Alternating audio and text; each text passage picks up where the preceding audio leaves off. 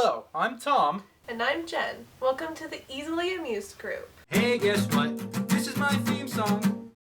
If you're watching this right now and you don't immediately recognize my face, then you've probably expressed interest in watching Doctor Who. But you probably don't know where to start. Now you may be thinking just start with Season 1, Episode 1, where the mannequins come to life and the Doctor fights living plastic. And if you've already tried to start with this episode, it probably just made your head hurt and made you question why this show is so popular. And with pretty much any other show, starting with Season 1, Episode 1 would be a good idea, but Doctor Who is unique. Season 1, Episode 1 is not actually the first episode. The series originally went on the air in 1963 with what they called Series 1, Episode 1, and it ran until it was cancelled in the late 1980s. In 1996, they tried to revise the show using a feature-length movie as the pilot, but the movie bombed and the revision never happened. That is until 2005 when they successfully revised it in the Living Plastic episode. We say revised, not rebooted, because they didn't start the show over, they continued with the existing story. So that episode basically assumes that you're already familiar with the show's 50-year backstory. So with the upcoming release of Season 7, we're going to get you caught up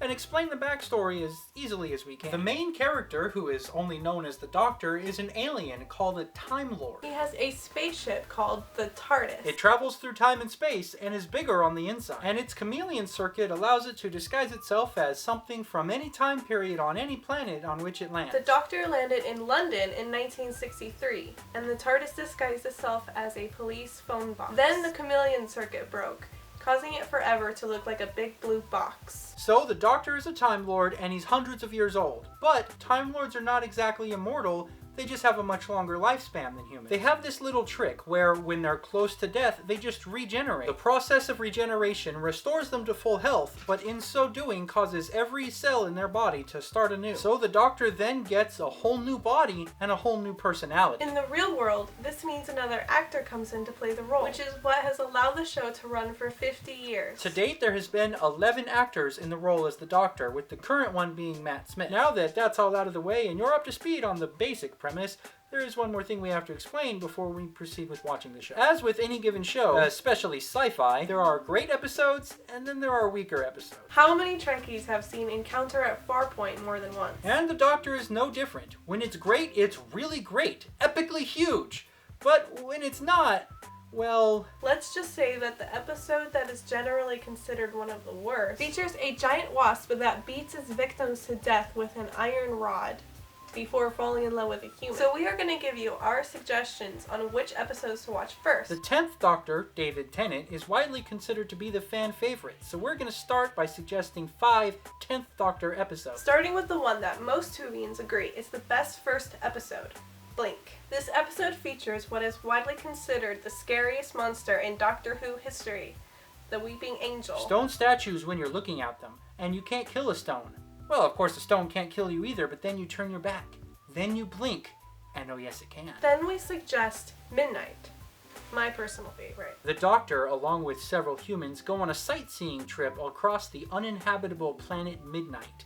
Then the shuttle breaks down, and they discover the planet isn't as void of life as they thought. In the very moving episode, The Fires of Pompeii, the Doctor tries to impress his companion by taking her to ancient Rome. Only his calculations are slightly off and they end up in Pompeii on the day before Volcano Day. Next, you should watch The Girl in the Fireplace, where the Doctor and his 2 traveling companions land on a deserted ship in deep space, only to find that the onboard AI has cannibalized the crew in order to repair itself. And the ship punches a hole in the universe to reach pre-revolutionary France, where it thinks the final missing part is waiting. And in honor of the recent landing of the Mars rover Curiosity and NASA's mission statement to put a man on Mars in the 2030s, we suggest the episode The Waters of Mars, which takes place in 2059 on the first human colony on Mars. This episode aired between Season 4 and Season 5, but it gives a really good insight into the Doctor's personality. With the 11th Doctor, Matt Smith, the entire show got an overhaul. We suggest you start with 11 on Amy's Choice. This episode offers the main characters a choice between 2 realities. Having not seen the previous episodes, you'll easily easily get caught up in having to choose which reality is real. Then after that, you should go back and watch the 11th Doctor's first episode, The 11th Hour, which is a very good introduction episode. It really establishes the relationship between the Doctor and his companion, Amy Pond. Then you should watch that very relationship get put to the test in The Girl Who Waited, where the Doctor accidentally traps Amy in solitary confinement on an alien planet for 36 years. Then follow that up with the very next episode in line, The God Complex, where they accidentally land on a prison ship dressed up to look like a 1980s hotel, where the rooms contain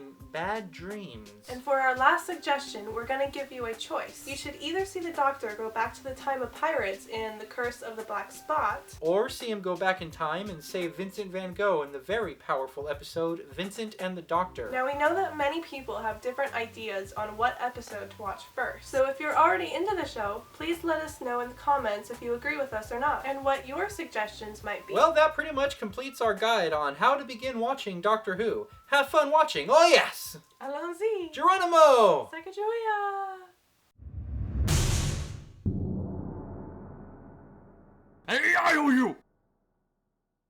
Thank you for watching the Easily Amused Group, the show that is always thinking fourth dimensionally.